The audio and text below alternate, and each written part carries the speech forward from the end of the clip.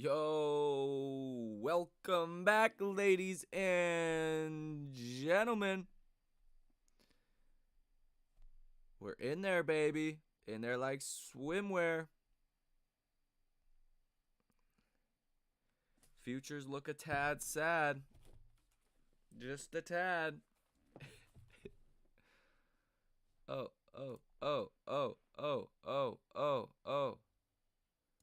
Let me hit y'all with a little ad, you know what I'm saying? Oh man, a great way to start a freaking Monday. Down 0.5%, baby. Oh wow, everything flipped. Yikes. Little switcheroo on us. Why sad? Well, Fed Jerome Powell, the 10th, is gonna make the markets a little sad, I think. So I think they're anticipating that. But China was doing all right, and Asia, but it's kind of started to switch.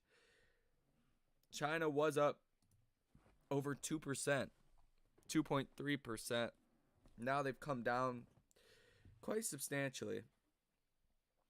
I said both indexes had jumped about 2% each earlier. Hong Kong's Hang Seng Index, on the other hand, slipped 0.59%. So not a strong start coming out of China. China's been on a vacation too, so.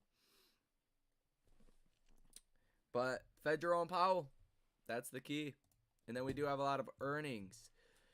Take two should be interesting. There might be a play there. Monday, that's all I'm interested in on Monday. Hasbro, Tyson, maybe. But Pfizer, BP, Harley Davidson, Cody, that's going to be your Tuesday pre-market. After hours, Peloton, Chipotle, Corsair, Lyft, XPO Logistics, and Spirit Airlines. And then on Wednesday, Canopy. Little cannabis in your system. Honda and CVS. Wednesday after hours. That's going to be one I'm paying a lot of attention to is Walt Disney. Good old Walt. Uber. Twilio could be interesting as well. But MGM Resorts. Couple more important names Wednesday. Yo, Dan the Man, Edward, God the Heavenly Father, Chris, Mr. Simon said this is not financial advice. I'm an entertainer. I'm the one, the only Simon in the house, baby. Let's go. White, what's up, brother? Julie. What's going on? That's the price we want for our grandchildren. There we go. Amen. There we go. And then Thursday too. That's a big day. Wednesday, Thursday, those are really the main days. I mean, Tuesday you got some things in after hours, but Corsair, that's one I do have a trade on. That could be good. But Thursday before open, Twitter, Coca-Cola, Pepsi, Datadog, AstraZeneca, Philip Morris, and that's pretty much all as far as the notable names. After hours on Thursday, Affirm, Cloudflare, Zillow Group. That's going to be an important one to pay attention to. Aora, a little bit more cannabis action up there. Upwork, and that's pretty much it. Bloom Energy, if you're a fan of that one. And then Under Armour is really the only one I'm watching for Friday. It should be good. We're setting up for an interesting week, ladies and gentlemen. I hope you guys got your armor on. You're ready to go. You're not fazed by what the markets throw at us. Looking pretty red all across the board, though. Dow down almost 0.5%. S&P sitting matched up with the Dow. And the NASDAQ slightly worse. Fed Jerome Powell on the 16th of March. But the inflation data comes out, what is this? Thursday at 8:30 a.m. Make sure if you guys got any trades, you're mindful of that. We're going to see a big move to the upside or the downside. I mean, 7.3% is the estimate, so anything's on the table here. We're in no man's land. It should be good. Should be a very volatile, very exciting week nonetheless. AMC looking, I mean, good heading into everything, considering. Like, how much more do we even fall? How much more do we fall? I think the sellers are gone. Any thoughts on the Black Rifle Coffee SPAC deal? I've heard of it. I don't know much about it, but I just know SPACs are not highly favored right now. Like, no matter what it is. So, I mean, your worst case scenario with a SPAC is $10. So, I would just know your worst case scenario, and then you should be fine. I mean, we might be going to war. Yeah. That's what it sounds like. Not looking so hot. I mean, that's really one of the main headlines that is causing this. Mixed keep thinking Powell's this week. No, that's getting a little ahead of myself. Inflation data on Thursday, and you're looking at a pretty bad situation. Biden security advisor Sullivan says Russian invasion could come any day now. A Russian invasion of Ukraine could be imminent, White House National Security Advisor Jake Sullivan warned on Sunday. We are in the window, Sullivan said in an interview on Fox News Sunday. Any day now, Russia could take military action against Ukraine, or it could be a couple of weeks from now, or Russia could choose to take the diplomatic path instead. It comes after 2 U.S. officials said Russia has in place about 70% of the combat power it believes it would need for a full-scale invasion of Ukraine. Now, there's a lot of people talking, though, that they probably won't do anything during the Olympics. So, I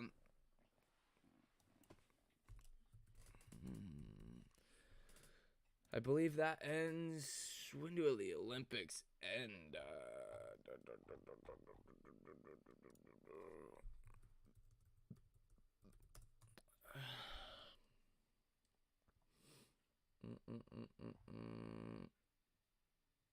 February 20th. So really after that, that's when you're more likely to see some kind of military action. But you know, Russia they don't. I mean, it would cost them about 4% of their GDP, and their rich people would suffer. But I mean, is it worth taking Ukraine? Maybe. Thinking of buying some more AMC this week. I mean, you're buying it at the bottom of the barrel. Like, you're buying this thing.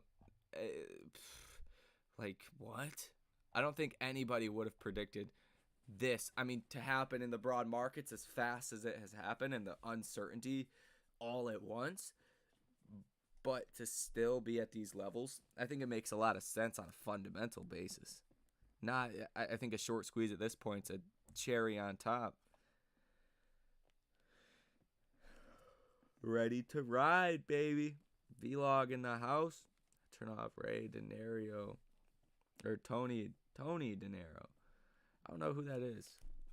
I've heard that name a lot, though. I have nothing to lose and everything to gain. Ain't that true? They have always been trying to take Ukraine, so yeah, it's probably worth it for them. Yeah, I mean, there's like a river that runs through there that a lot of people were saying that is probably pretty valuable. I mean, Russia kind of will do what it wants, but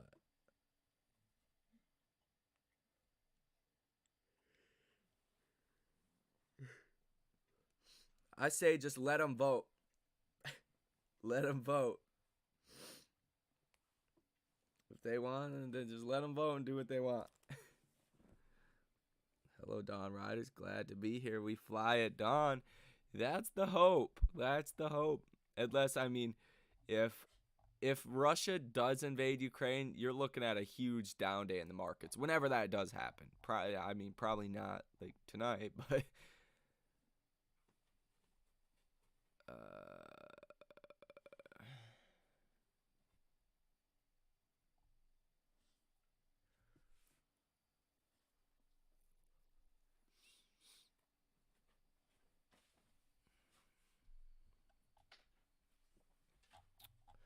be interesting. Nonetheless, make for a lot of potential buys. Theater butter runs in that river. Yeah, that's what I heard. I heard AMC wants a stake too. They're getting in on the fight. AMC passed 21 this week, I'm thinking. That would be solid. I mean, I wouldn't argue that.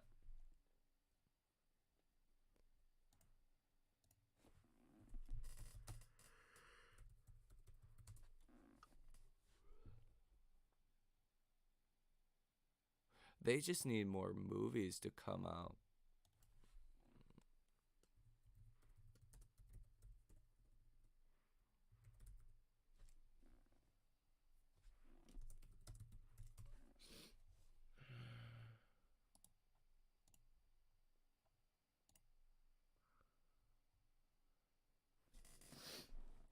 Scream opens Thursday. Dude, they should wait till like Halloween for that.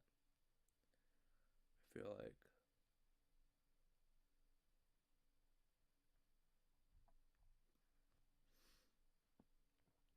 They got decent movies coming out, but nothing crazy.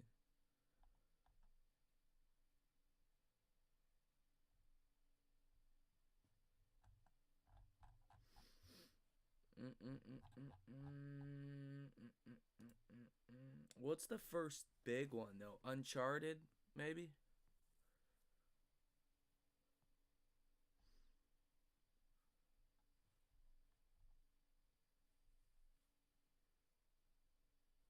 Butter.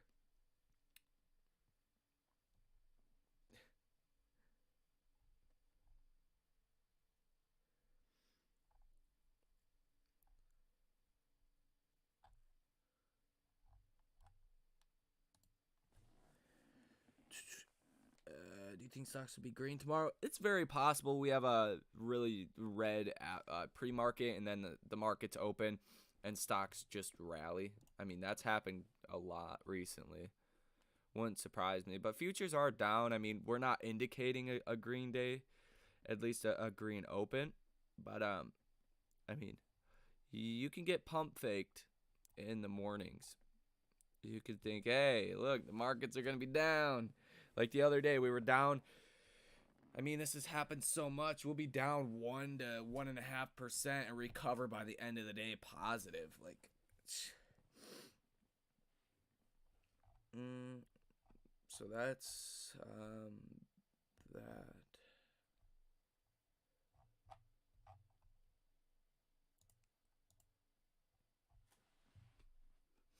Jurassic World Dominion. That should be a big movie. That's June. Lightyear, also June. Black Adam, July. Thor, July. Yeah, a lot of these don't have pictures, but it looks like a lot of the big movies start coming out over summer, which makes sense with school and all that.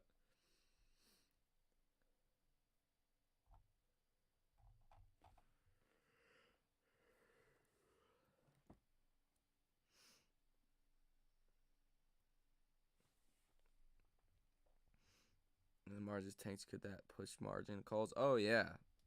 I mean, any way the markets tank, that's where you start to see margin calls. Moonfall? What?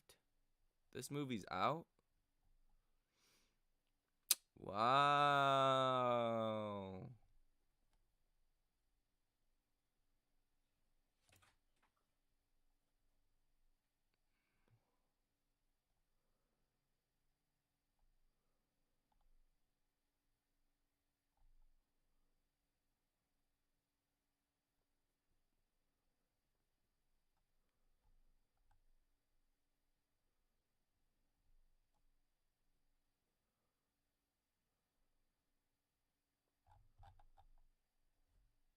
Huh. That's one I think looks really good. Moonfall? That's interesting. When did that actually come out?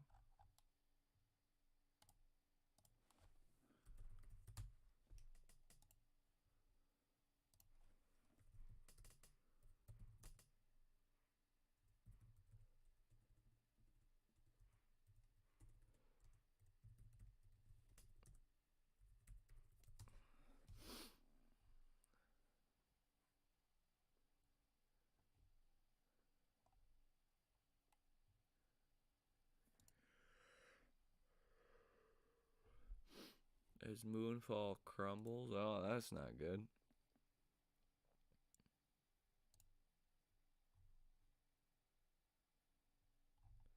Come on.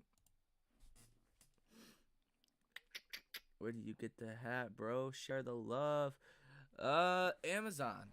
Amazon, actually. But yeah, Cheese Chaser, I do need to put that on. I've just been so busy trying to do a lot of research to take advantage of this volatility and the earnings and all of that, to try to do as much research as possible and really have a foothold in what trades could possibly do the best. So I've been doing a lot of that kind of research lately. So I just haven't even thought about it, to be honest. Telling you what I thought after Moss, I would park some money on Rolls-Royce. Will make electric airplane, not a car company anymore. It makes engines now. IDEX, what do you think about these two? I liked Rolls-Royce a while ago. What is the stock actually? I have not looked at that stock in probably 2 years. But I was going to buy some. Like, probably, what? Probably in, like, 2020-ish. Yeah.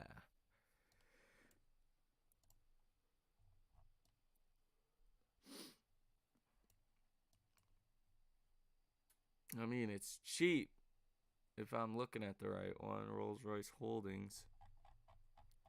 I mean, I don't think you can go wrong just buying some shares because at these prices. It's definitely not priced for perfection. IDEX, not sure what IDEX is. Oh, IDEX. I've traded this before in the past, but I mean, it's done a lot of reverse splits, so it's, I mean, when you see companies like this that have these outrageous high share prices, like back here, like their share price was never this price. It's just done a lot of reverse splits. So I try to stay away from these companies because, this is a sign that the business has not worked. And unless there's some like Hail Mary, it'll probably end up getting delisted because you can only reverse split so many times. So I'm not personally a fan, but I mean, there could be a decent trade here. It's just been a slow grind down. Eventually, you'll see a bounce.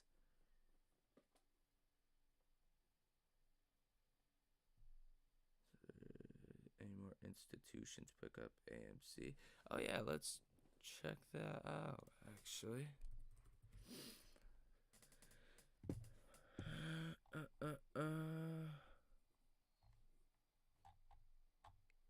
This AMC.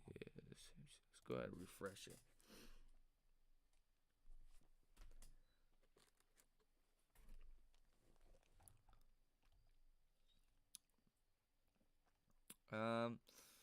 Yeah, 491% increase right there, 43%, 26,000% increase right there. Small sell, add, small sell. I mean, it's pretty much the same as the last video we put out. Looks like higher quantities of buys are coming in, though. The people that are selling have small positions, or that are reducing them, like 28,000 shares reduced by 3%, 3,500 shares reduced by 51%. So very small amounts. 16,000 shares reduced by 92%. Actually, that's ballsy to report a short position. Boston Partners long/short equity fund, short 13,000 shares. So, people that are selling have very small positions. Like, not big at all.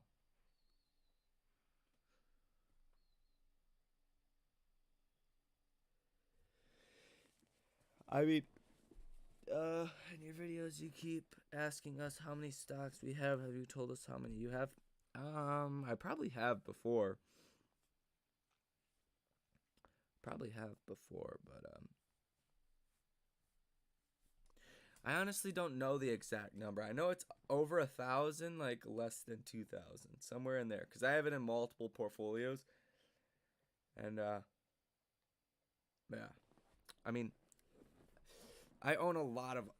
I own a lot of other stocks though. I probably own 15 other stocks besides AMC too. Been investing for a long time. Well, for a decent amount of time, so I've accumulated quite a bit of positions. Like I was buying AMC in August before it was before it had this retail backing, but I didn't have as much as I do now. Smash that like button, baby. See, I also sell cover calls too on my position because if motherfuckers want to buy the options, I will sell it. I will act as the market maker. I will sell a covered call to you. You want to buy an option? I'll collect the money instead of the market makers. So yeah, I mean that's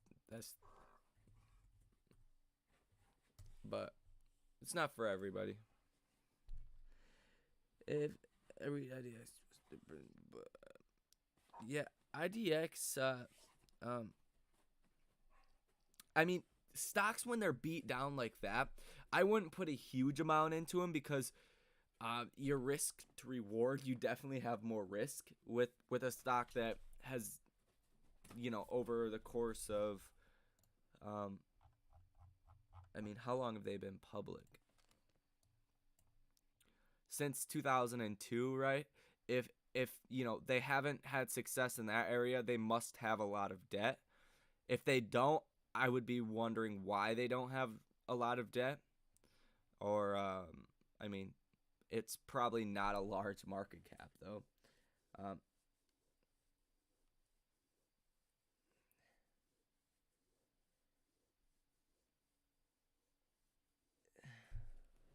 Yeah, I would just wonder what's going on with it.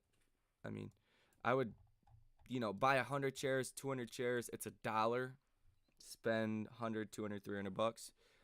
It's worth it in that aspect. That's like microvision. Like I had too many shares of microvision and just looked at it as a trade, less than $1 in the dollar range, and that thing went to 28 bucks. If AMC passed 21 this week, then I believe in MOS. If not, is a pipe dream. I wouldn't say just, I wouldn't put a deadline on it for like by the end of this week per se, but do you, brother?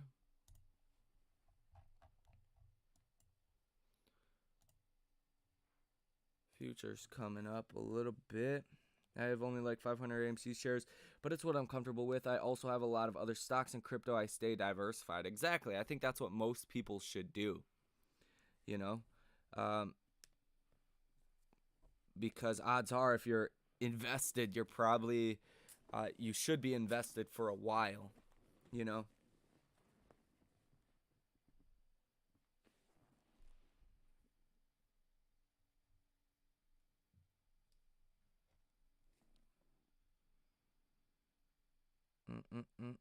So it's good. It's good. What's up, Nico, baby? You ready? I hope we're ready. It's gonna get a little crazy. I had 8K SNDL shares at 50 cents. Should have held, sold at $3, fumbled the bag. That's a win. You had 8,000 shares at 50 cents. Should have held and sold at 3. It happens. It happens. Trust me. What's good, fam? Hope you had a good weekend. I did. Slept a lot, actually. Too long. Saturday. Slept a lot. How was your guys' weekend? Was it good? You guys ready to go? I hope so. Let's say I'm a long-term investor. I do swing trades in a bit, but I feel far more safe in the long-term holds. Yeah, and that's your backbone. Like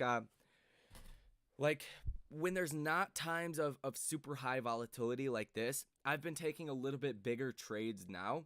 But, before this, when it was more of, a normal market, because this is not a normal market, then I would take smaller trades. I would put, like, for earnings, I might do like $100 on it.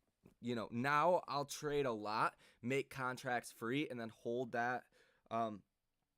those extra contracts into earnings, like with the Facebook puts, with the Snapchat calls. Well, kind of with the Snapchat calls, but held a larger position in that one. And then the Ford puts, like, I mean, if you can make a big trade, make them free, that's always going to be your best option in this volatility, as premium has a higher IV. But, you know, so, I mean, it's a little bit different right now. But before, I mean, small amounts of money can turn into a lot, like with swing trades. If you have like a Facebook trade, right? $160 turns to 5,000. That's what the trade was on Facebook. That's what my personal trade was.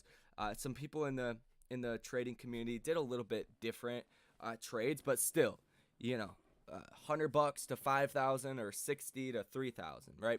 So if you hit one of those on a small amount, I mean, you could swing trade for a while before you start to like go net. I mean, you could probably swing trade for cautiously for probably 6 months to a year without losing any of your capital. I mean, you would lose your gains off that one trade.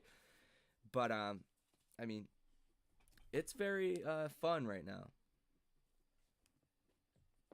Have you been able to average down in AMC? I have not in a little while. I mean, I did not too long ago, but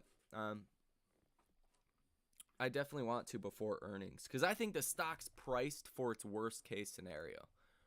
Like the stocks you see like Snapchat that rally, right? It's because it was priced for its worst case scenario.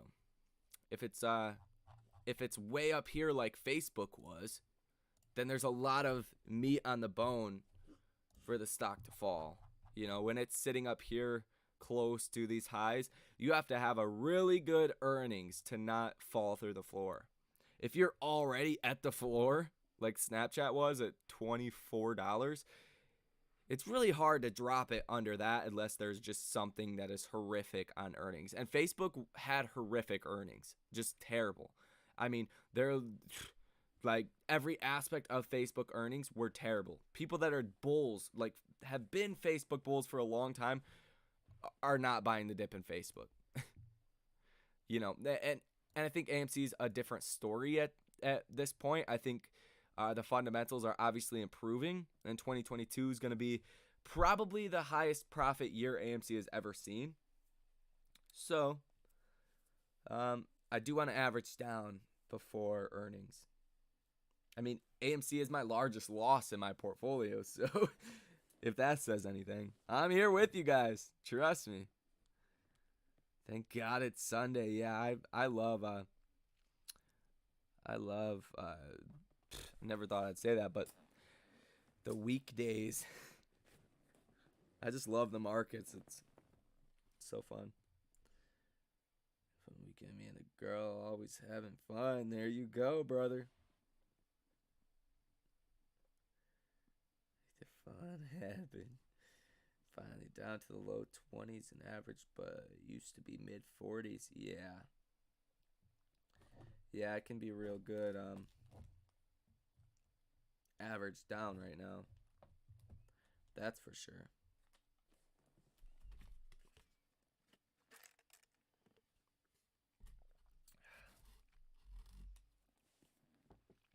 I at least made a huge win on Neo. Got in at 14 with 100 shares and got out at 60. Oh, yeah. There you go. That's solid. That's like with, I mean, Neo's a great business. Has a great business model with the battery as a service. I really like it, but I can't invest in anything that's China. I just can't do it. They're too unpredictable. They're uninvestable. I can't invest in China, period. Even if the companies are trading at stupid valuations. Stupid low valuations. My average on Snapchat is $6. Jesus Christ.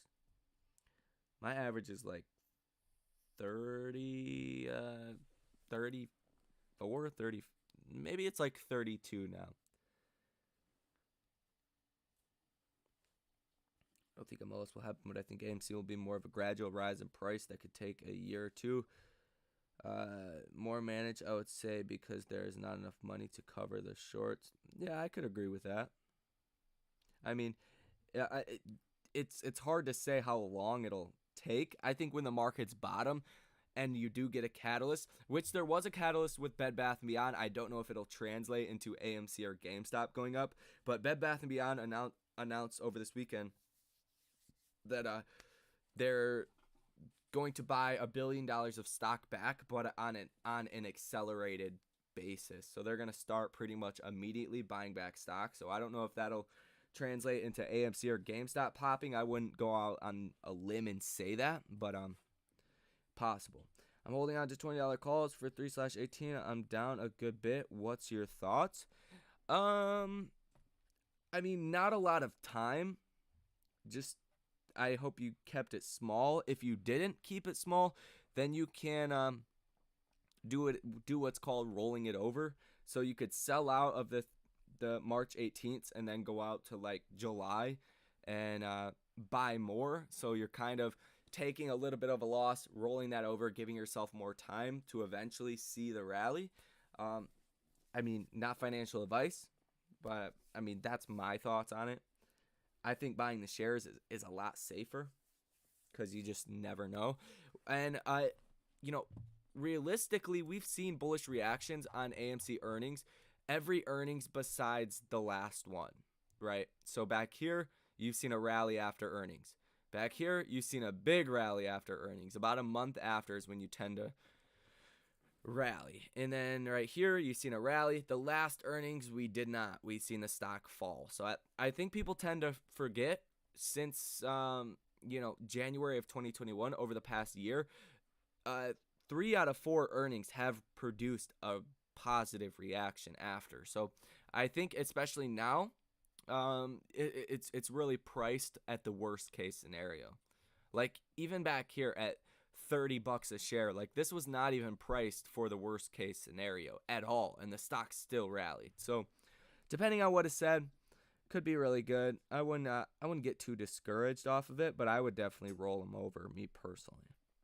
So myself a swing trader with shares. There you go. You've taught me a shit ton about options. That's the goal. That's what I like to do, you know. I think options literally provide a lot of options to people in their investment, how they want to invest, you know. But shares is definitely a lot easier because options, as you know, price a lot differently. But it does give you that leverage when you do see big moves like Facebook, Snapchat. I mean, you got a bunch of the Snapchat calls and they can make you a lot of money, but there's definitely a lot of strategy involved. The AMC dumps at earnings since they already leaked Q4. Looking to next Q1 announcements, they would be as good. The rest are up in the air. Yeah, did AMC? I believe AMC did give guidance, did they? But I mean, I think if they're letting those numbers out now, there's probably something else to put out on earnings. But AMC earnings, the release kind of got muted because of the volatility that we were seeing. But yeah, it's going to be an interesting situation for sure. Are you guys American? Yeah, I am. We have international in here, though. I'm in Canada. I'm in Michigan, right? Jump, skip, and a hop away.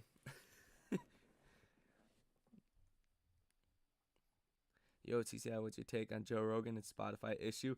I mean, I think they should leave the guy alone. I think they should leave the guy alone. I believe in freedom of speech.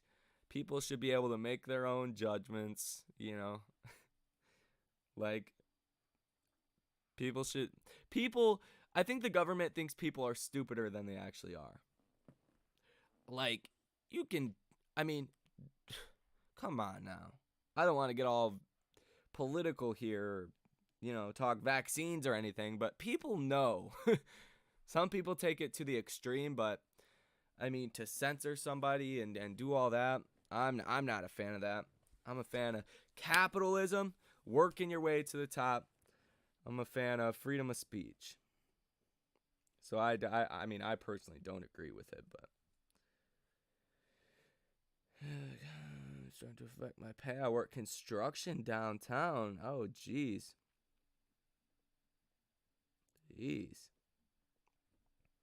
Yeah, Canada. I mean, surprising the convoy stuff. If that I wonder if the markets sell off on that, if that turns into a bigger issue, starts backing things up, supply chains and all that.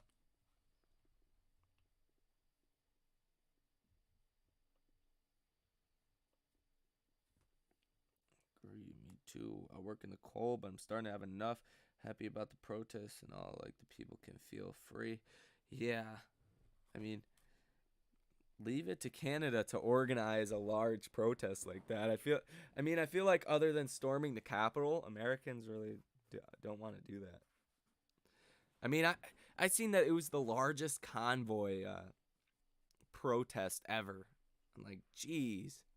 Which I will give it in Colorado, after that trucker, what's his name? After the trucker had got 120 years in prison, they did boycott Colorado until they reduced his sentence. So I can't say that. I retract my statement.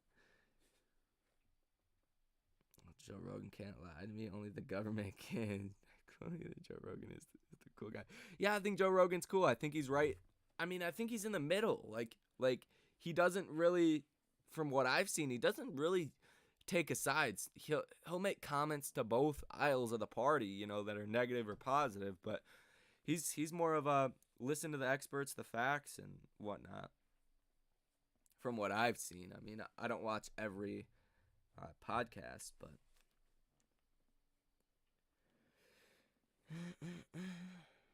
I am a fan of Rogan. I think he's cool. Caused $8 million in losses for downtown Ottawa. Jeez, crazy trades by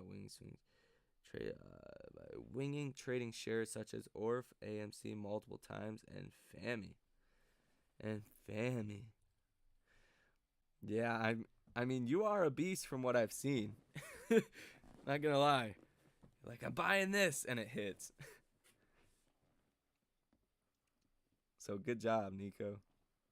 Great things are in store for you and everybody else that pursues financial freedom, baby. Let's go.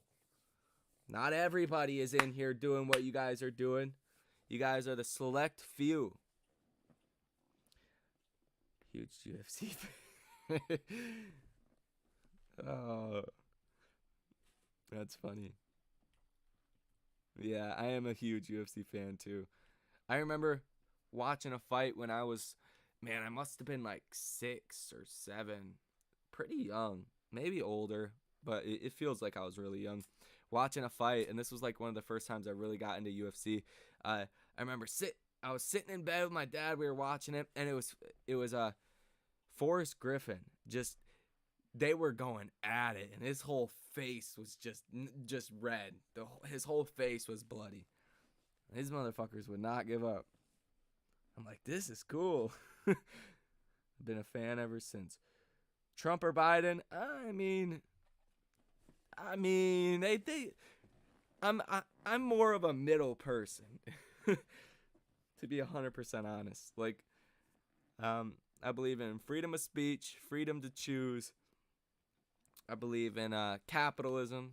So, I mean, whichever side that falls on, I really like Republican, Democrat, this person or that person. I mean, I feel like Republicans more that way, but I mean, I really just dislike politics in general, to be honest.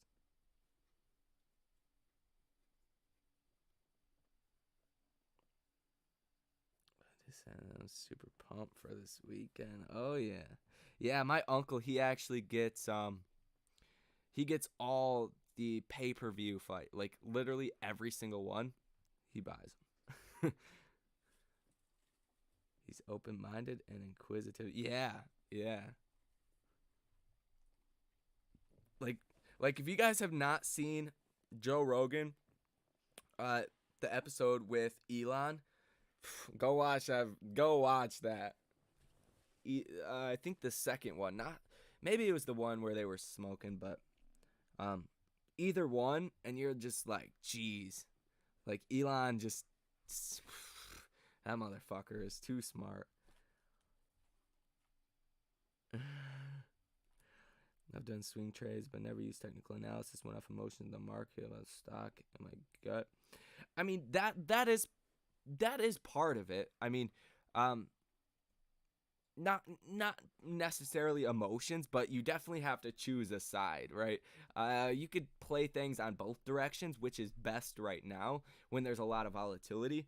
When a stock like Facebook or Netflix or Amazon or Snapchat can go up 20-30% in one direction or the other, if you play both sides of that trade, as long as you get a move like that, you will make a lot of money, no matter if you lose on one side and win on the other. But during typical markets, you just got to be a little bit more careful. Now it's just different, but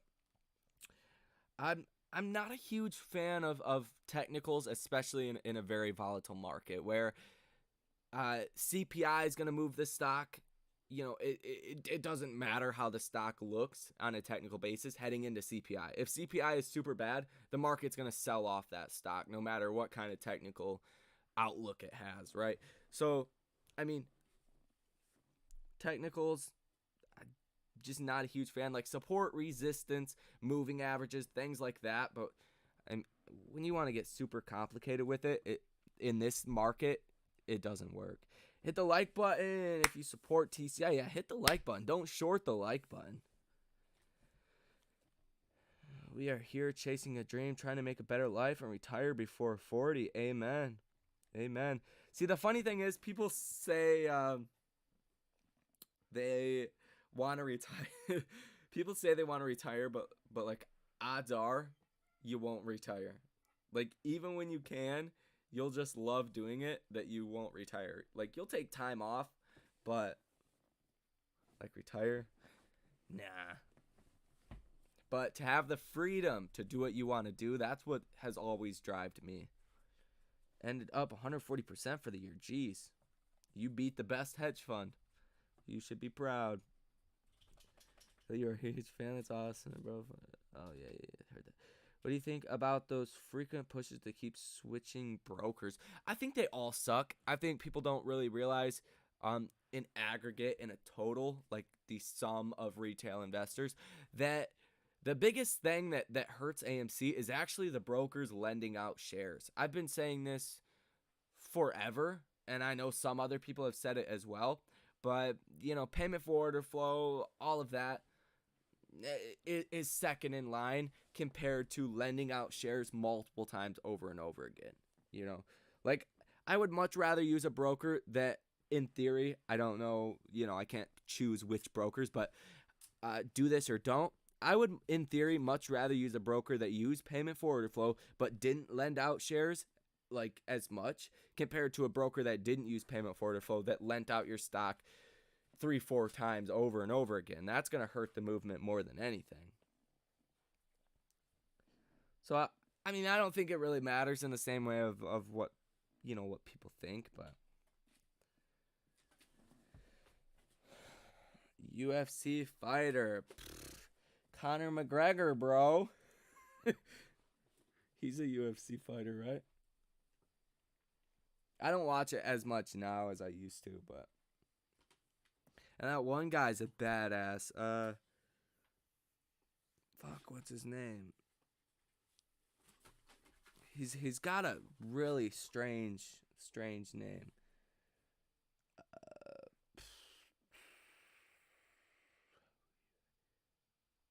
Did he fight? I'm trying to think of what his name is. Shit, I'm over 40. Now what? You're just getting started. 40's the new 20. Come on now. 40's the new 20. We got to go back. we got to go back. Like, if you're 40, then you're 20. If you're 60, you're 40. If you're 80, you're 60. So you just got to subtract 20 years, and you're good. It only takes, I mean, a couple trades to make a fortune. If not, 10 years-ish. What are your thoughts on if your shares are held by Citadel? I mean, I don't think there's really anything we could do about it. When it comes down to it. I know that's like the worst thing to be said in any situation. There's nothing we can do about it. Never like to hear that. But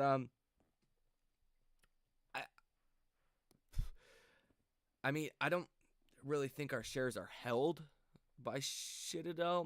I mean, maybe on their hedge fund side, they probably do. They do a lot of arbitrage.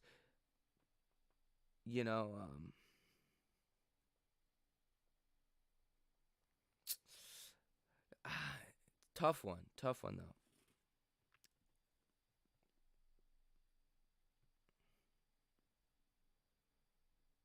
Recently found my broker uses them. Yeah, like most brokers, if they use payment for order flow, they use Citadel. Like 40% of all order flow goes through Citadel. I mean, they have a monopoly. If you have bought or sold stock, it has went through Citadel before. Khabib, maybe? No. What's his name? Did he fight Conor McGregor? He's a African American guy that's got like the people thought he had like breast cancer. Like, this was recently and they like circled it out. And I think it was on the news. I heard about it from somewhere. But he's a really good fighter. Like, I think he's undefeated. He's like a African American Conor McGregor. Just badass.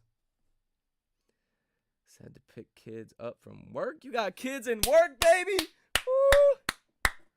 Let's go. You got kids. You picking them up from work? Oh, man. Give me a Bud Light while you're at it, brother. AMC content coming back. There we go. Yeah. It is yeah. Israel Adesanya. Yeah. I was thinking of the last name there, and I'm like, just couldn't articulate it. He fights this weekend. Oh man, I need to watch that. I don't have cable though, because I just don't watch it too much. I do have I can log into it. I don't have it set up at my house though, but I can log into it. Where would I? Nah, that's a pay-per-view thing. Forget what I'm saying. You're talking about the style bender middleweight champ. Not sure of the stock market mechanics, but does transferring our shares give the broker the green light to just use our stock as they please until the transfer is finalized? Probably not. I mean, I don't think there's anything definitive in that realm, as long as they would make sure you have your shares. But I do know some brokerages will accept IOUs, and some will demand the actual shares. But because in theory, right, you don't actually have to have your shares in your possession in your brokerage account until you want to sell them. So, it could look like you have 100 million shares of AMC in your brokerage, or 10 shares or 100 shares. The number doesn't matter, but you don't actually need them, like the real shares, until you go to sell them.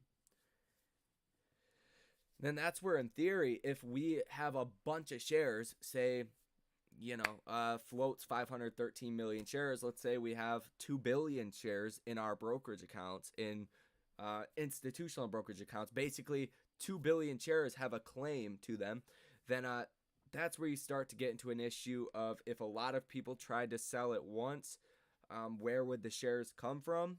And that's where you're probably going to start seeing a lot of FTDs, probably here shortly, I would imagine.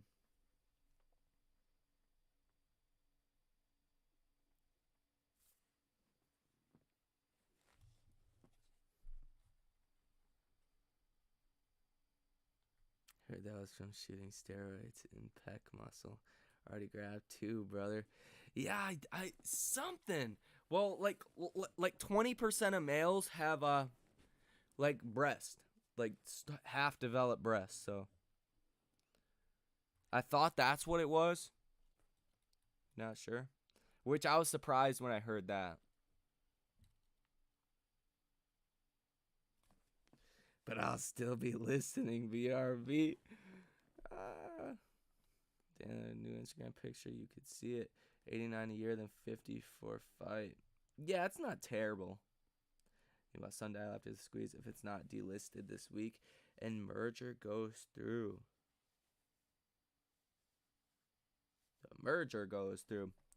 What do you think about Sundial after the squeeze if it's not delisted this week and merge? There's a merger? Did I miss something? What is happening with Sundial? Am I tripping?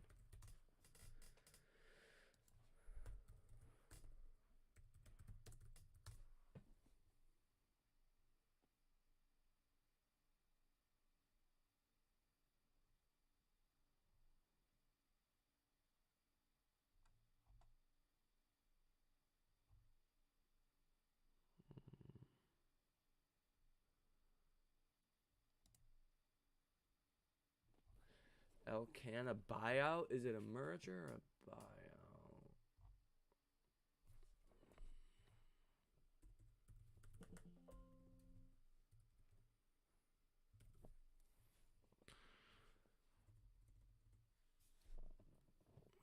You're supposed to buy.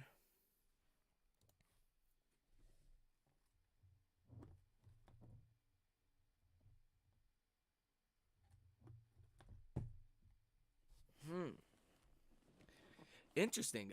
I mean, I would have to look into it, but there usually is a lot of hype on that. I would just, if it's a trade and not a super long-term investment, then I would just, be mindful of buy the rumor, sell the news. So you'll probably see a run up into that, and then it's likely you could see a sell-off. But, damn, yeah, operates 171 locations. This has game-changing potential as Alcana is Canada's largest private liquor retailer. Presently, it kind of operates 171 locations, predominantly in Alberta, under 3 retail brands. Indeed, the company had generated $16.4 million in free cash flows in the last 4 quarters as of October. I mean, the company's profitable, so that's good. By then, January 6th, SNDL provided a timely update regarding what kind of shareholders should expect to receive upon the closing of the proposed business transaction. Yeah, usually these mergers or buyouts take a little while. So I believe you'd have some time, though. Market's number 1 most manipulated stock, especially weeklies. Call options this week. Yeah, I'm not a huge fan of just options in general on AMC because it's so unpredictable. Like, it's hard to even have a strong thesis in the short term because it is just so manipulated. Yeah, but I mean, if you do buy options and you look at it like, hey, this is a lottery ticket essentially, right? You buy a lottery ticket, you expect to lose on it, like at a store. You win on it, cool. If you don't, I mean, you can't beat yourself up too much because you expected to lose. That's the way that I would look at it if I was trading options in AMC, but I think there's a lot better stocks to trade options in, to be honest. Can also own like 35% of Nova, which is a cannabis distributor. Yeah, Sundial actually has some interesting products that I've seen in locally. And they focus on I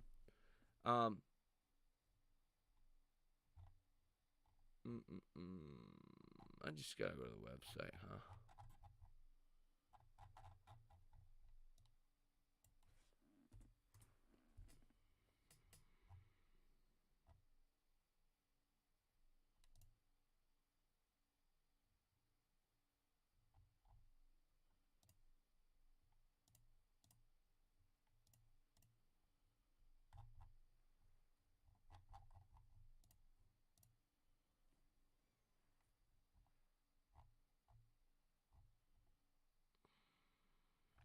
Yeah, they focus on a lot of things that accommodate a lot of people. Like a lot of the carts, a lot of edibles, stuff like that. So I was actually interested in investing in them just because of that fact, but um I believe they have a decent amount of debt, I want to say. Maybe they don't. But it's not a bad trade in my opinion. Especially, I mean, it's so beaten down. It's like if you're buying it at the bottom of the barrel, if there's some value in the company, if it's not a business model that doesn't produce revenue, that's where you got to be worried. Is if a business does not make any money. If it's a super futuristic concept that has no plans on making money, that's the business you want to be just stay away from right now. If you're getting stocks that are like Sundial, from last time I checked was super beaten down, then I mean like on a risk to reward basis, it doesn't look bad right here. But I wouldn't put like my whole life savings in it. But not terrible at all. I was thinking after squeeze if they don't delist, dropping like 10 grand in it right now. Sundial is. Yeah, that's the problem too. Delisting. How long have they been under? I mean, they should have a little while though. Oh shit, not really actually. Oh wait, no, they didn't even get over $1 there. That's tough. When's the last time they were over $1 for 2 weeks? This area, yeah, so by June, they have 4 months to get their stock up over $1 for 2 weeks. So they have 4 months before they would get delisted, or 4 weeks, or 4 months, 4.5 months, 5 months before they would really get delisted. But, I mean, these are the stocks that make the highest returns. Like Bill Ackman, I believe, at the bottom in 2008, he said he bought a retailer, I believe JCPenney's, that was about to go out of business, and he's like 300x'd his investment because it was so risky. But if you're willing to take that chance and you step in, you can make a lot of money. Like I bought the fucking cruise lines. I bought the cruise lines. I bought AMC. I actually bought Sin World too at the time that did good. I bought Dave and Buster's. I bought a lot of these stocks that were bankruptcy candidates that were trading so cheap, like trading as if they were already going to go bankrupt. Not one of them did. So I made 2-3x on all of those trades. And that was at the bottom in 2020. So what happens when a stock is delisted? Well, I've had a couple stocks delist on me. And if you're on a brokerage like Robinhood, which I was, they don't have OTC stocks like that. So you're fucked. But if you're on something that allows you to trade OTC stocks, it'll usually just go to OTC. Yeah, but if you're on something that trades OTC, usually it'll go to that. But if you're on like a Robinhood, never had it happen to me on Webull, but I know on Robinhood you'll just lose it because they don't do the whole OTC thing.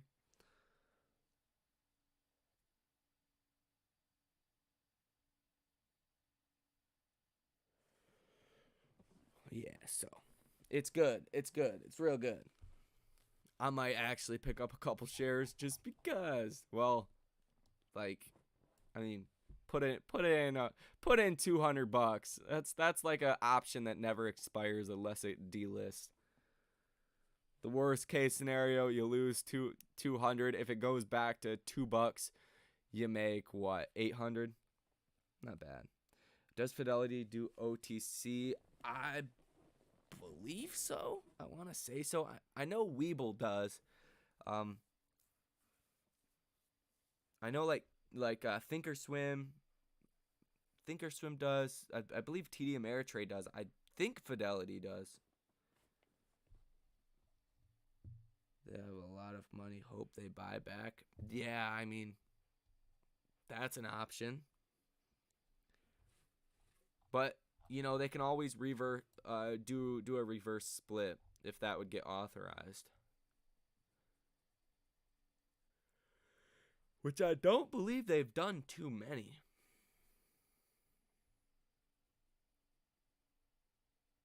Maybe. I think they used to trade at 13. Like when they IPO'd. I don't think they've done too many reverse splits. But, I mean, it's never a good situation. Tough built. This is one that I had. This is one that I had money in before too. Oh man, I actually would have made a lot of money if I kept my money in the stock, but tough build. Wait, is this the right one?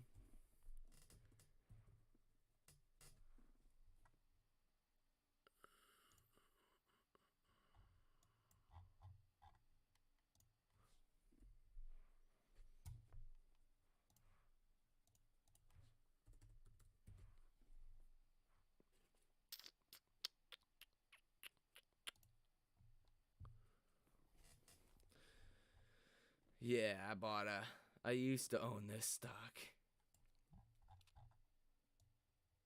Probably would have made a decent amount of money if I kept it in there, though, to be honest.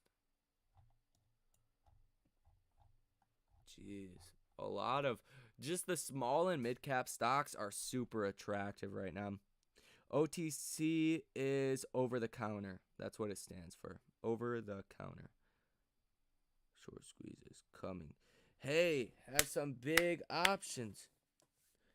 What do you mean by futures look sad? Would love a quick explanation if you could. Thank you, my man. Have a great Monday. Thank you, brother. Let's go. Well, futures, I mean, they were looking a lot sadder. They have recovered quite a bit. Dow's down about 0.20. S&P's matched up with the Dow. NASDAQ down 0.24%. They just looked really sad earlier, down about 0.5%.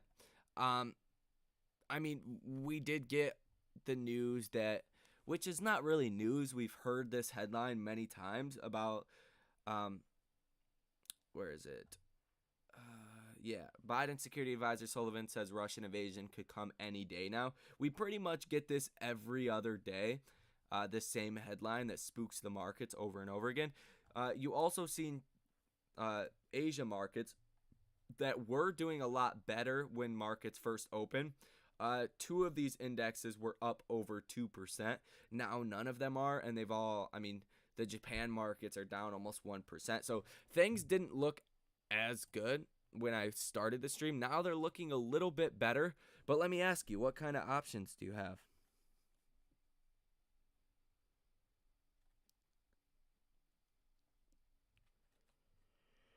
Thanks for the nightly stock talk. Look forward to the updates tomorrow. Love the content. Well, we love you, brother. We love you. All you guys. Imagine thinking being down 0.5% is sad. Yeah, no, it's not. It's not. I mean, they just looked a little gloomy, you know? I really don't care what happens. I mean, I hope the markets crash and burn.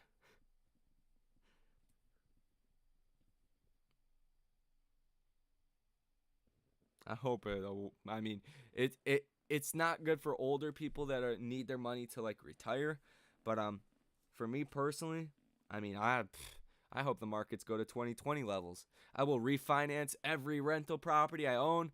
I will fucking sell a kidney if I have to. I'm gonna buy as much as possible. That's what I should have done then. Refinanced everything. Took out as many credit lines as I could. Done anything to get hands on as much money as I could. Oh, let's go. My options are actually puts. Really hoping for a crash Monday. Then I'm going to get the F out. I mean, it could go either way, but you're going to see that drag on the markets until the 10th, until Thursday when we get the CPI numbers. Just because the markets are not going to rally, in my opinion, that much until that number comes out. Depending on what that is, that's when you're going to see the bigger move, in my opinion.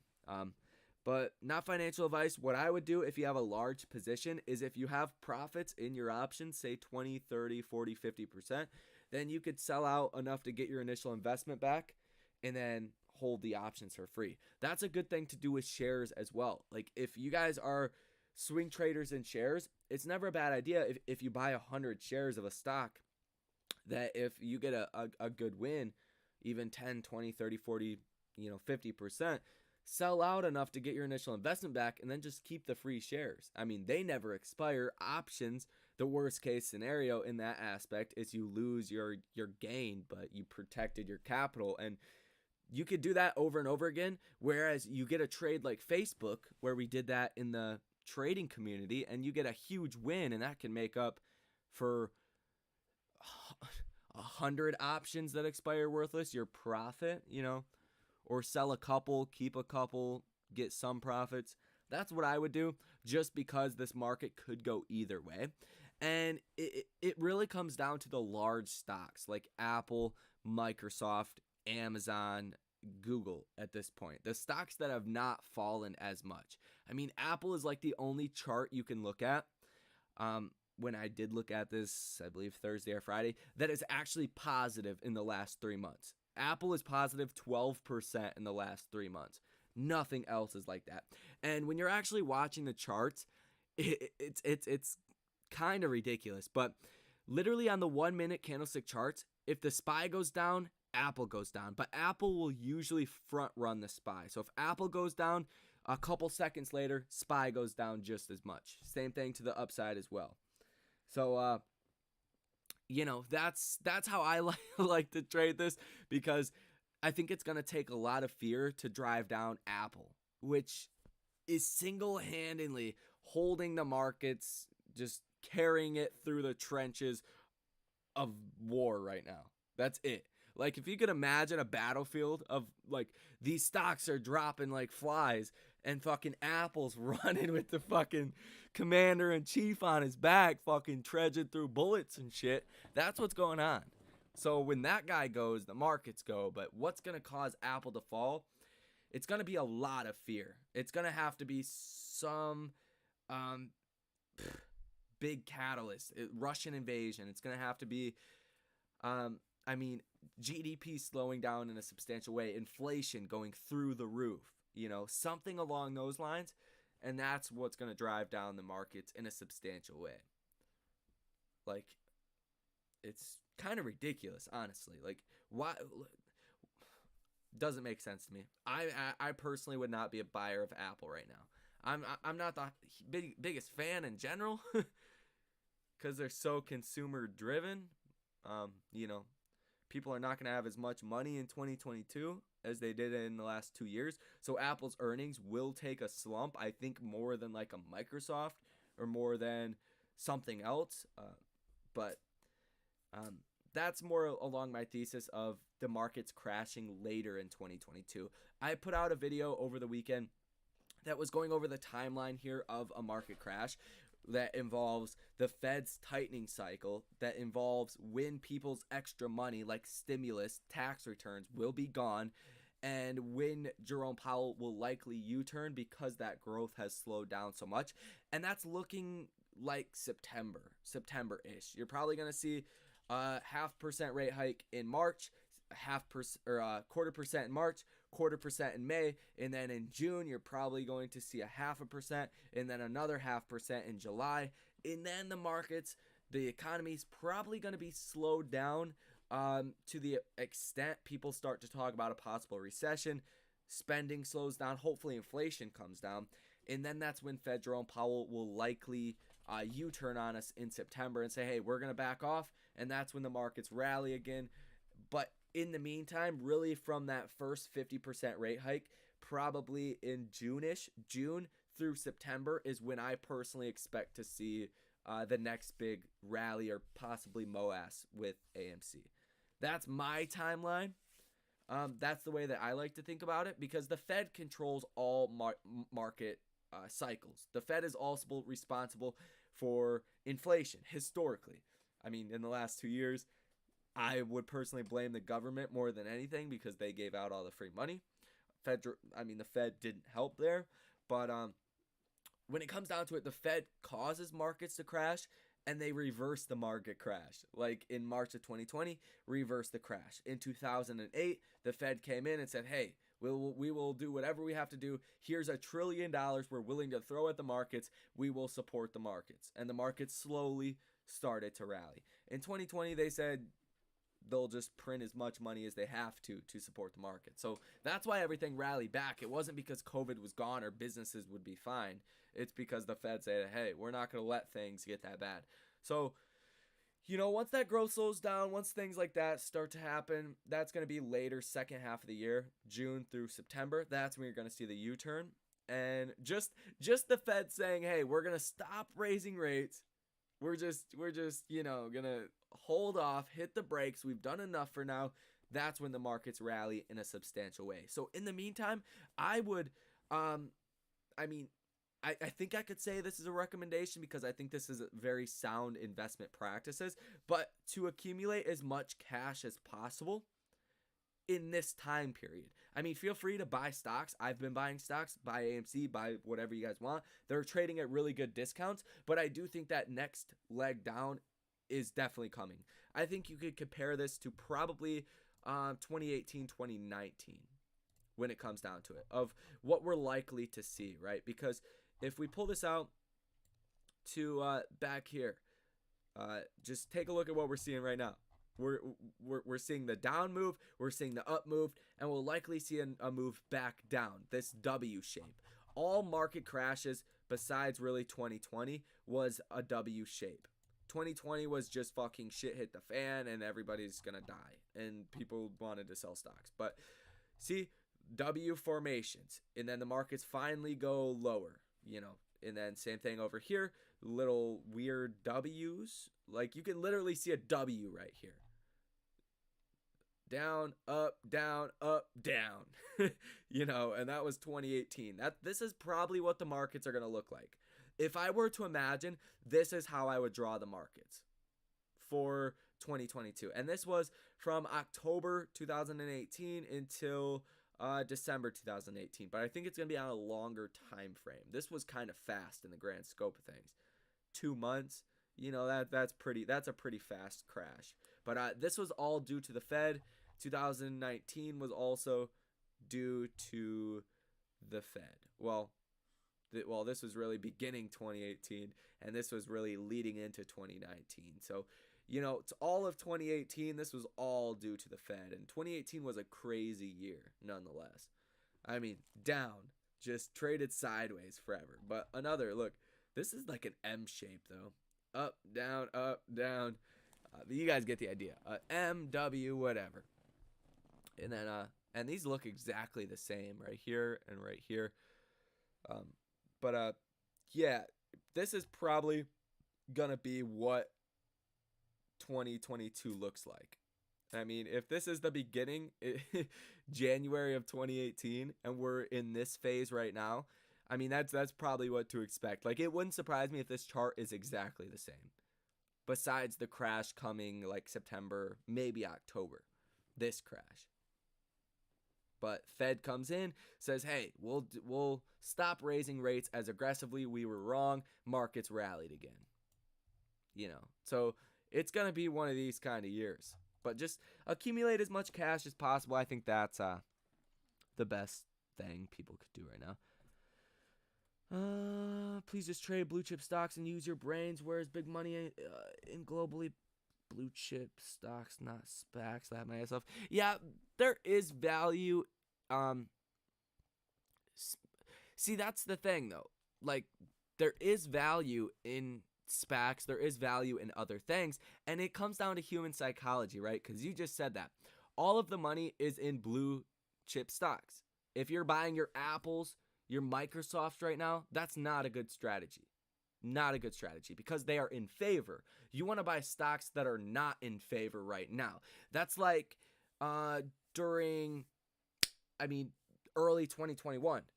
Like when all the meme stocks were rallying, sure, you can have positions in those. But if you're really a long-term investor and you're somebody that does like to buy blue chip stocks, you should have been buying those blue chip stocks in early 2021 when the valuations were low, when nobody cared about them, because the rest of 2021 was great for dividend stocks, great for your blue chip stocks, your Apples of the world.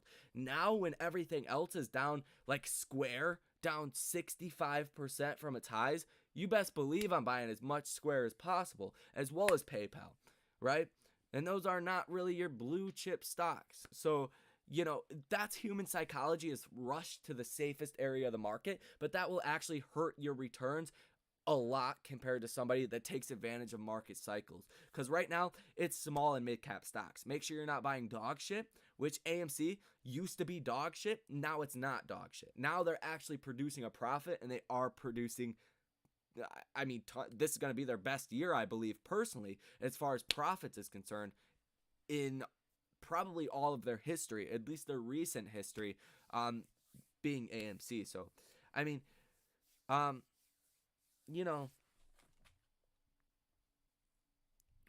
something to think about, I guess. Chart from 3 years ago has no... That's untrue, brother. You must have not heard what I said, but this was all the Fed. What are the markets reacting to right now? The Fed. That's it. Markets don't give a shit about anything else. They don't care about COVID. They don't care about Omicron. They don't care about Ukraine, Russia when it comes down to it. They don't care about China. They don't care about shit besides the Fed. The Fed controls everything. I could pull up the Fed chart for you. If you really want to see that, if you don't believe me, I could pull up the proof here. But all of this was the Fed. The Fed said, hey, we're going to start raising rates. We're going to do 3 rate hikes basically out of nowhere. And the trade war also at the same time. It was like a double whammy. Growth slowing down, fears of that. But the Fed, that's when shit really started to hit the fan. And then the Fed's like, hey, we're not going to do that. We overestimated what we needed to do. We're going to relax. And then the markets started to rally again. So this has direct correlation to what's going on right now. The most important correlation to what's going on right now, because it's the Fed. I could pull up any time in history where the Fed starts to taper or starts to tighten. That's not when you see the crash. You see the crash once the Fed is at their end stage of tightening, or middle to end stage of tightening, where it starts to hurt economic growth. That's when the markets start to sell off, and then the markets amplifies the direct economy that is selling off. Because think about it. Companies, when the stock market is doing great, you see SPAC deals, you see IPO deals, you see all of these things going on.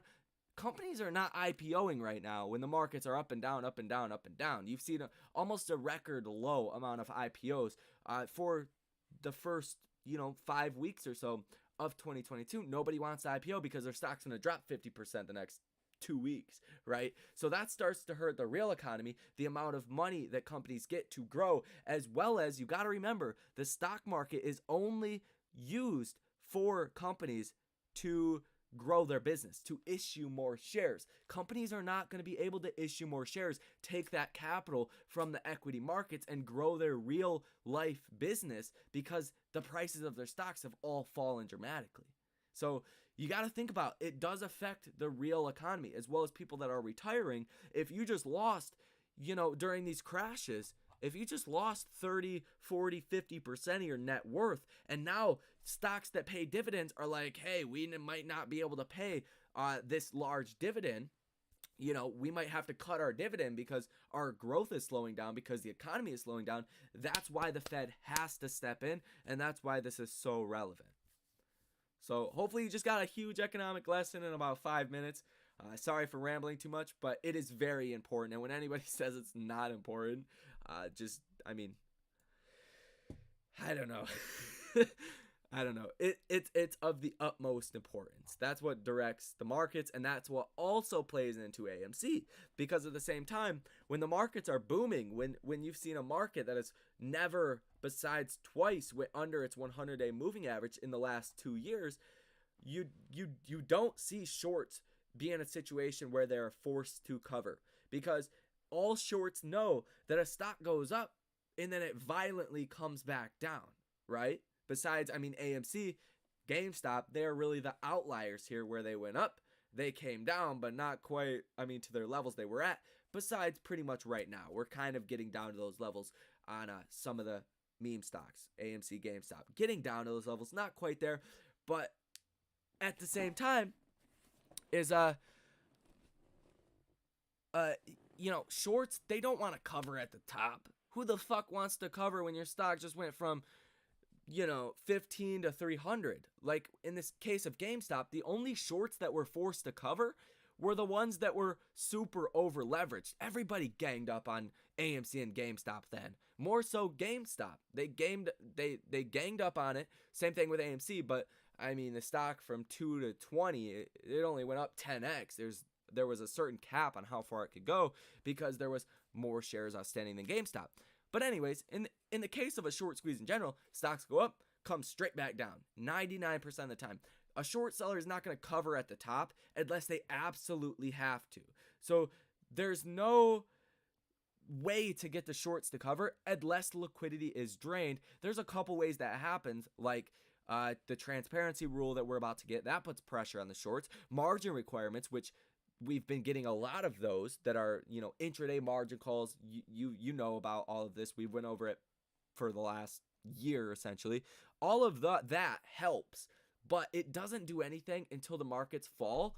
And what is going to cause the markets to fall is the Fed and nothing else. Ukraine, Russia, that could cause the markets to fall temporarily. China could cause the markets to fall temporarily, but we don't have the same underlying debt issues as China. Now, if World War III happens and like Russia kills our troops and we are forced into war, yeah, that could affect the markets, but we're not going to war for Ukraine. That's not going to happen. Russia don't want to fight us. We don't want to fight Russia. Nobody wants to fight us. We don't want to fight them. So I don't think World War III is happening. If that happens, I'm wrong. The markets would fall dramatically. That's the only thing, and that's like a 0.2% chance that is actually going to happen. Other than that, the Fed is the only thing that drops and raises the markets, because ever since they started quantitative easing in 2008, they've been able to prop up the markets and crash the markets when they want to because they have the money printer. Quantitative easing is a relatively new thing. So that's why, like, when you're talking about the Fed and reducing their balance sheet, that's what people really freak out about. It's not even as much as raising rates, but it's more important of what's going to happen with the balance sheet, because the balance sheet is almost $9 trillion. In 2008, the balance sheet was less than $1 trillion. So if the Fed has to get their balance sheet down to, let's say, $5 or $6 trillion, they are taking away $3 trillion of money out of the stock market. Keep in mind, the stock market is only worth $9 trillion. Is it $9 trillion? Something along those lines. It's not a crazy amount relative to the money that it's going to have to get taken out of the system.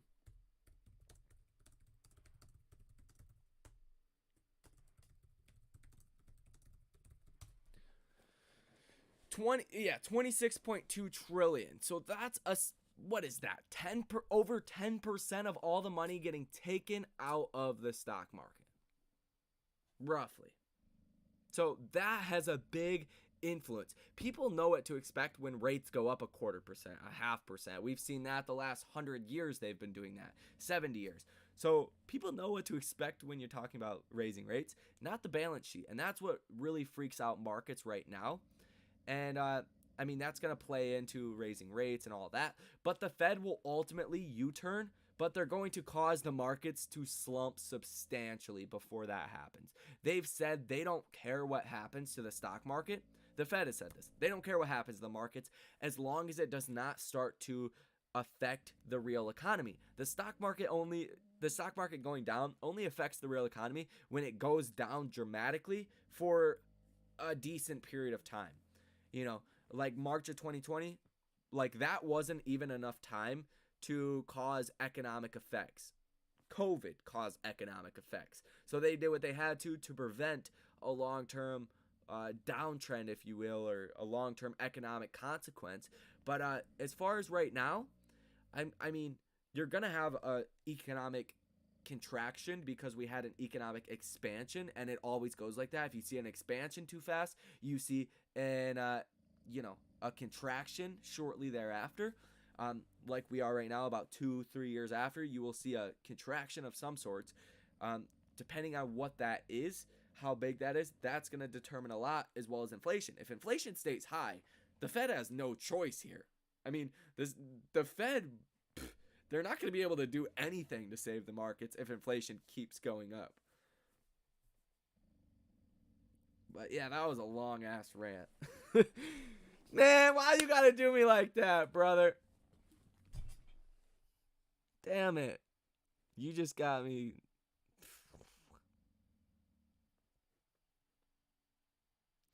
Yeah, small and mid cap stocks though are great. I mean, right now, like to buy those in during January, February, March, during that time in 2021, not the time to buy those stocks. That was the time to buy bank stocks, oil stocks, retail, stocks that weren't in favor, dividend payers, stuff like that. That was the time to buy those stocks. Like Abivai is my best performing stock of the last year, and that thing's up like 40%. Abivai, a drug maker that makes Humira and Botox and pays, I got it at like a 5.5% dividend, not even including the dividend. So I'm really up like 50% on that. And that's my best performing stock, because I was buying that when people didn't like it. But right now is the time of small mid-cap stocks like DraftKings, SoFi, even possibly Lucid. They're kind of not really in the buy the dip realm in my opinion, but stocks like that, even AMC at these prices, that's when you want to buy it. Corsair, did I say Corsair? Corsair, Square, PayPal, stuff like that. You can get safer with it too. Square and PayPal, those are great stocks to buy right now. What are you expecting from Square this week? Oh, I'm expecting Square does have like I believe a month left, give or take, until earnings. And I think, let's see what crypto's doing. Well, Square does own some crypto, and it looks like crypto actually hit a bottom as well. So it somewhat correlates crypto, not 100%. It's not like Coinbase to crypto, not that strong of a correlation. But I do expect good things for Square. They did hit that low and really found that bottom around 100. I believe they went to $99 like 80 cents a share. And we got our trades. I believe you're in the community, Paul, if I remember correctly. But yeah, they hit that low at $99.81 per share. So you're buying this at the bottom of the barrel, and they have a lot of bad news priced into them. And if you think about it in those terms, I mean, the stock was like $289, less than a year ago. But even pre-pandemic, the stock was at 85. And there has been a lot of growth in Square since then. So a reasonable valuation, in my opinion, is probably in between 150, 160, 180, somewhere in that range. And considering the growth that they've been seeing, over 20%, like 50% growth since then. So, I mean, considering that, I do think it's going to be bullish, but it is going to correlate the broad markets as well. But I do think PayPal having such bad earnings and driving down Square is kind of the same of Facebook driving down Snapchat before their earnings.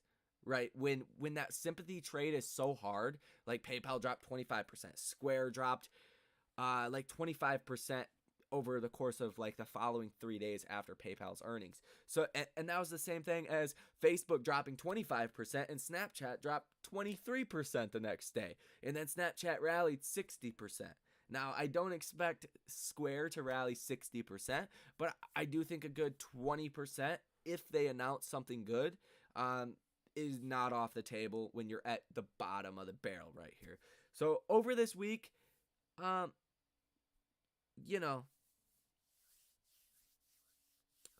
anything's possible. What I'll like to do though, if you are in those Square trades, is depending how many you got, even if you got 2 of them maybe, or even 1. Look to make it free, and you know, I think I got 5 of them. I think I spent like $850, and then I'll look to hopefully only sell 2 and then keep 3 for free for earnings. But that's how I want to trade it.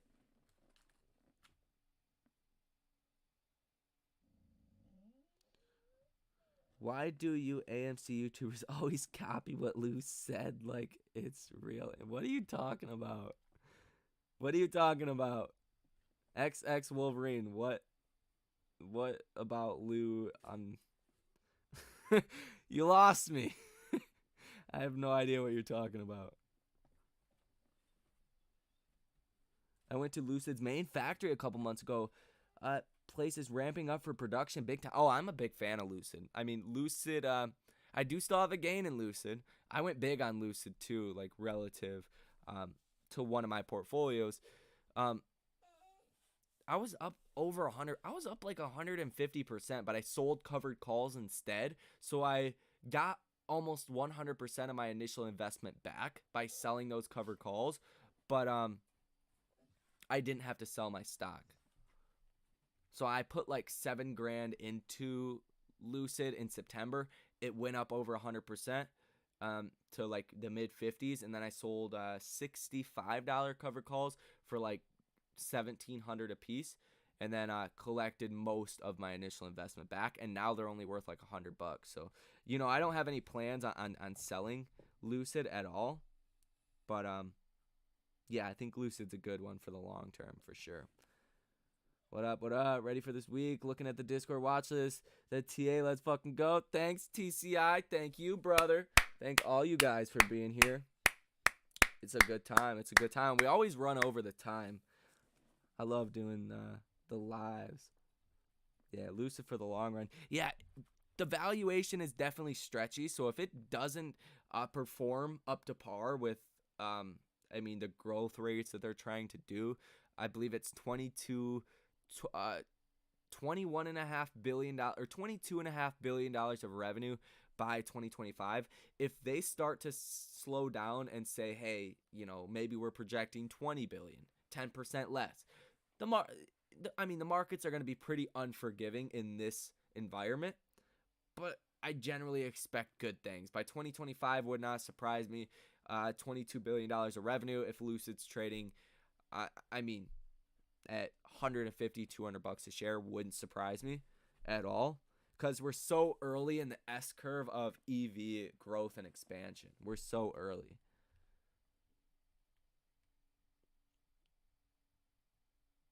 XX Wolverine, I'm still waiting for a reply, bro.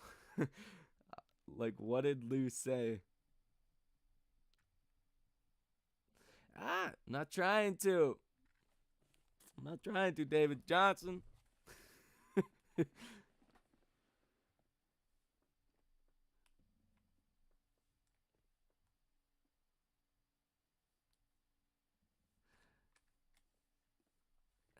Tyler Brandy is in Texas visiting her dad, so I have my nephew Dawson here. Tell him hi. He's about to drink a Bud Light also. Oh, what is up, Dawson? I hope you learning stocks too. David's going to hook you up. He's going to hook you up. He's going to teach you all about it. Just like Brandy. There we go. I mean, biggest Sadie.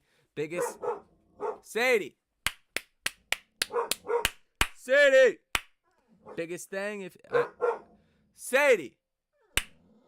She's fucking freaking out. Biggest thing if you want to do YouTube, you're going to have haters. You're going to have, I mean, if you're legit, I mean, you're not going to get paid for it. You just got to stay to it. And I mean, look at Mr. Beast. Look at everybody that was big. They kept at it. I mean, he wants to know if AMC is like crypto. Kind of, but it doesn't trade all hours of the day.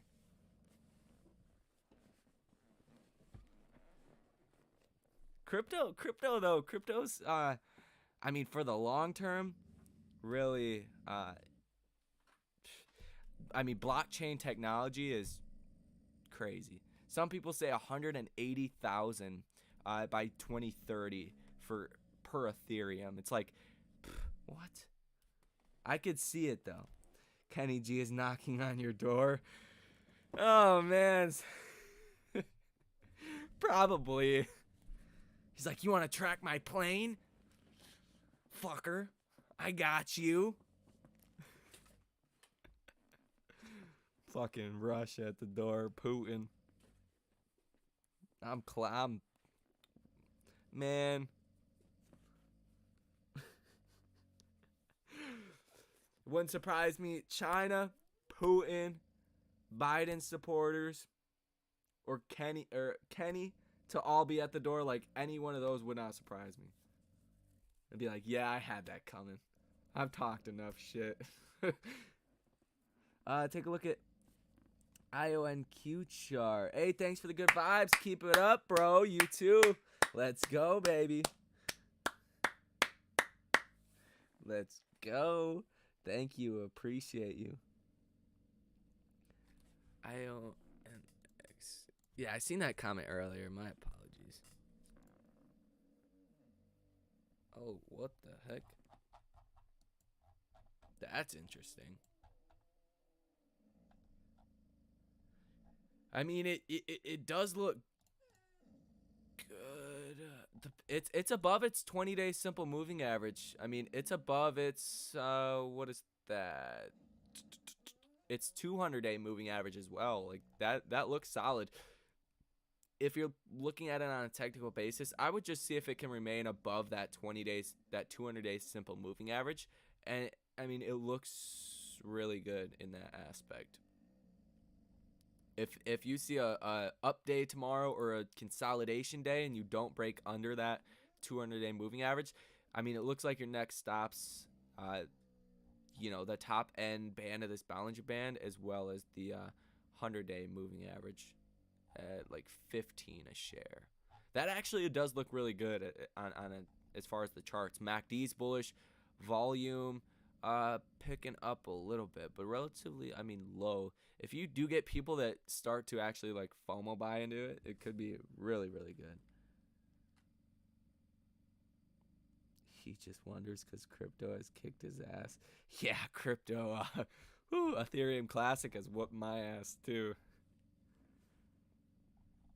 Whooped it hard. Like, just, I got destroyed. But crypto just takes a while. What? Futures are green, baby. What? Okay, man. Volatility is here. Volatility.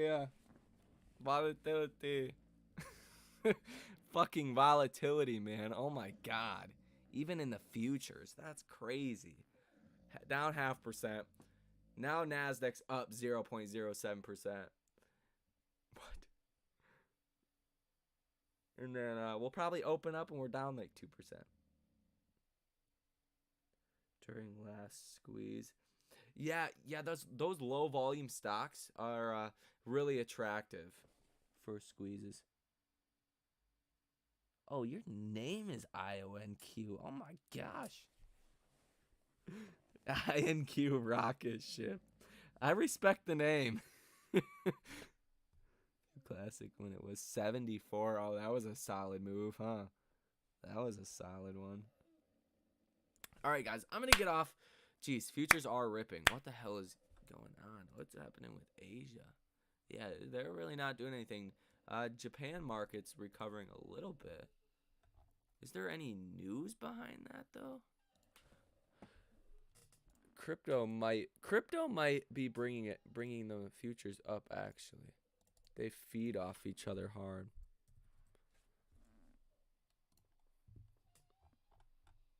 Yeah, it looks like crypto's starting to go up a little bit more, so that's probably feeding into what we're seeing. Futures going up.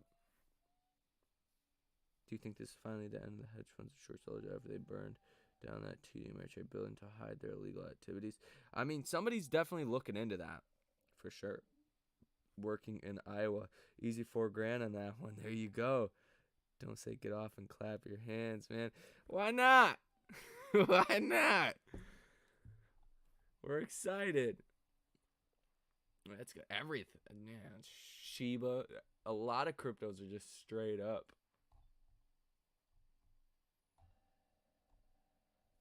Sheeb, Doge, XRP, just straight up. Okay, well, looking good. Thank you guys. Thank you guys for tuning in. Shout out to the mods. David Johnson, drink a cold one for me. And your nephew Dawson.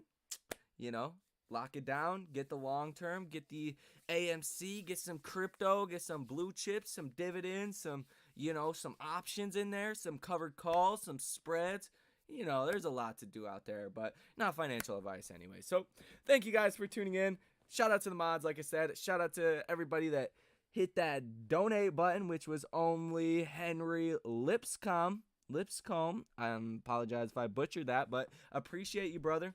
Appreciate all you guys. God the Heavenly Father, all the mods. So you guys enjoy the rest of your day, and I'll certainly see you tomorrow. But get ready. It's going to be very volatile. Last check on futures. NASDAQ up 0.13%, S&P 0.5% positive, and Dow almost positive. So looking good. Thank you.